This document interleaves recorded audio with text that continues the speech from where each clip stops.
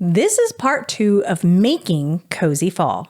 Today, I mix burgundy icing, make a ceramic-inspired cup, then top it with fluffy white whipped cream. This mug is full of something. Since it seems to have a spot for whipped cream on top, to me, it must be cocoa. Of all 6 designs, this one is my favorite. It was my favorite when I saw Grace do it, and even I couldn't mess up just how cute it came out. Well, sort of. By the end, you will see that I did have some problems. In case you missed part 1, Icing Cozy Scarf Commentary, this series, Making Cozy Fall, is based on the Graceful Baker's online class, Cozy Fall, which I purchased on her website. I changed up the colors some and rearranged them a bit as well. And I learned something. Shocker, right? I'm always learning something. Well, in this case, if you change up the colors and substitute exactly, you will be just fine. But I found when I started messing around with where the colors went, it caused me to have to make 4 extra bags of icing. Her class calls for making 10 bags of icing between the 5 colors. I had to make 14. Not the end of the world, but if you decide to change things up, beware, you might be making extra icing. I am using a 2 consistency outline and flood for this cookie. The outline is a soft peak piping and the flood is what Grace calls a thin flood. I will again direct you to her videos on making consistencies. I have seen no better videos on the topic. The shorter of her 2 videos is linked below. You can see here that I already have messed up. Not a big deal, but I was supposed to take that outline all the way to the corner on the right. I look at this and think, how does that even happen? Just follow the cookie. Luckily, it doesn't stick out like a sore thumb once I'm finished. Though at a first glance, it may look like I used the same color as Grace did, but I didn't. This is another Sugar Art Master Elite powder, but in burgundy. I love watching the color mix into the white icing. This looks like some sort of blueberry cheesecake ice cream to me. Though once I was done mixing it all up, it looked exactly like a lipstick color my mom used to wear in the 80s. For me, it was a bit nostalgic. For her mug, Grace used a purple. There is only a very slight difference between her purple and my burgundy, as you can see here. I went over in more detail about how I use the Master Elites in part 1. You might be wondering why it is I outlined in only one color. It is true that from the side, you will be able to see the outline showing a different color than most of what the flood above is. However, there are a few reasons I chose to do just the one color. 1, if I'm going to have to see the ugly outline, at least it's a different color. 2, because my ability at this point to get all of the different sections lined up and seamless looking is definitely lacking, it always looks a bit messy. And 3, that's the way Grace did it. It may look like I intend to flood in sections, but I don't. This is wet on wet. I like doing this technique because it causes me to have to do less steps to finish the cookie. For this guy, I already have 3 different stages of work to do. If I had instead flooded in sections, I would have had 2 more steps. And for this design, I don't think it would have added anything to the finished product. Besides my burgundy, for this cookie I used true brown, autumn gold, and white. The extra line of autumn gold that I added was to help make the 2 sections have a nicer meetup point. It was a little wiggly looking, and now it looks nicer. When you purchase this class, and I suspect any other class Grace has designed, you will receive an incredibly comprehensive workbook download. In this case, the workbook has 81 pages, and in it, she walks you through exactly how to make the colors she uses for this set.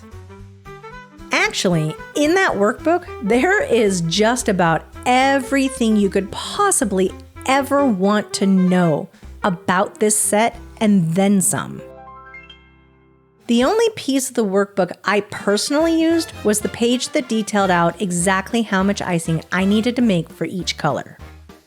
I relied more on the tutorial video. I suspect, though, if I were brand new to decorating, I probably would have relied much more on the workbook.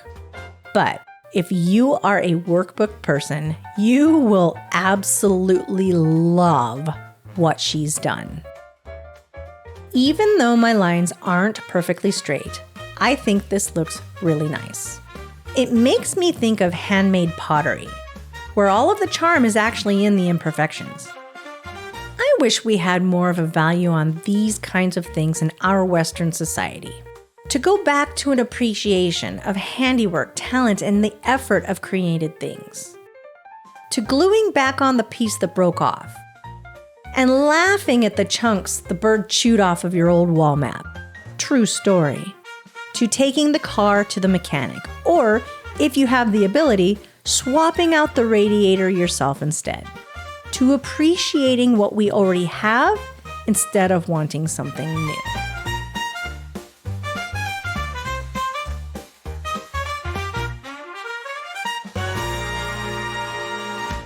Watching the flooding of this handle is one of the most satisfying floods I have seen myself do.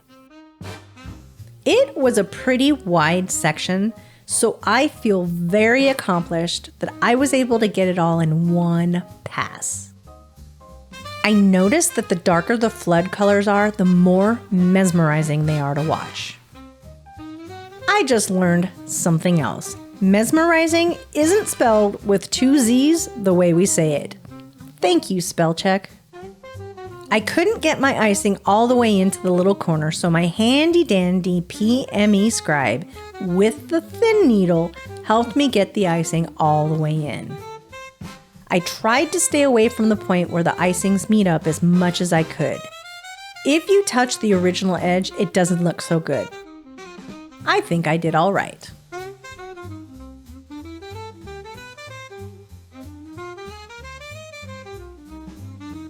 Why do I have a teeny tiny bag of brown? That is a result of my not doing these cookies in the order Grace designed.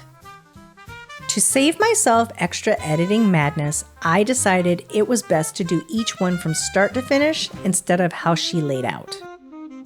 I am today, while editing, very glad I did. Not realizing how it would affect my process, I decorated the pumpkin pie slice before the mug, and I used my brown for the crust, which required a larger hole in the bag. For this, I need a much smaller hole. So a bit of my brown had to go into a new bag. For this step, I'm using a medium peak icing. After I cut off the tip, I take a moment to test out how much icing is coming out before I do it on my cookie. I don't know if you noticed, but I did just toss the cut tips onto my floor. Luckily, I'm the one who does the vacuuming. No shame here, people. This is real life. Even though I'm using Grace's designs, I still take the time to draw out the design on graph paper and write out what goes where. When you start to decorate cookies, you may find out so many things about your preferences. I mentioned before, I don't gravitate to things that are super cutesy or super ornate, which are true statements outside of cookies too. I see cookies that are decorated in those ways and think they look great, but I don't find myself wanting to do them the same way. I have also found that I am drawn more to brighter, bolder colors versus lighter pastels. All of these discoveries help to shape our personalized styles of decorating. And eventually, which I am looking forward to, we will find that when people look at our cookies, they will kind of just know without knowing that those are our cookies. I'm thinking kind of like when you hear songs from a certain artist, you know it's them before being told. Think of a Metallica song. You just know. They don't all sound the same, but there is something identifiable you can't quite put your finger on. Cameraman and I do that with movie scores. Each composer like John Williams, Hans Zimmer, or Danny Elfman has a certain sound and we hear it. And likewise, I think it's pretty obvious when you're looking at a Sweet Am's cookie, a Graceful Baker cookie, or a My Little Bakery cookie. Someday I'll get there. For now, I am in the discovery phase. When you go to adjust the size of your tip, be very careful to cut off the tiniest sliver at a time. You would be surprised at how much of a difference a small cut can make. Kind of like when your flood icing is a bit too thick and you need to thin it down. I've gone from too thick to too thin with only a few drops of water.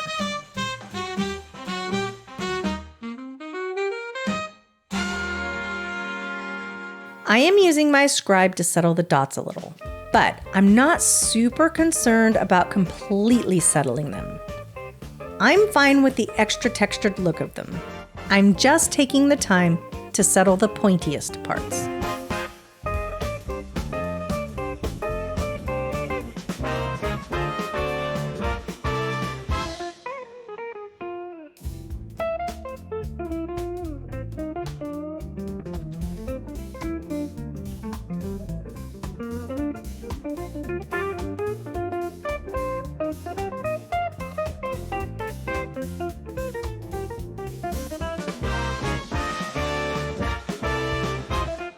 I clearly also have an opportunity to get the spacing down a bit better.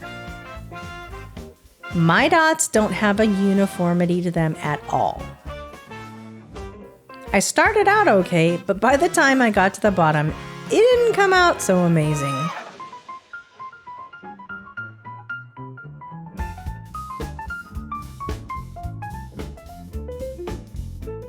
Placing the whipped cream on the mug and the pie are the last steps I did in Making Cozy Fall. You can see all of the other cookies are hanging out in the dehydrator. Apparently I did this off camera, but I had to make a larger hole in my white to make the whipped cream. A couple of things about this whip. I think I cut my hole a bit big. And this is supposed to be a medium peak icing, like the dots on my cup.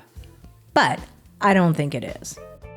You can see that the definition not only gets completely lost, but it smoothed out so much it fell over the edge. Either way, it's still my favorite. See you next time. Next time on Kuny's Cookie Chronicles. This is part 3 of Making Cozy Fall. Today I used the wet on wet technique to make this sweet little leaf and talk about the causes of color bleed.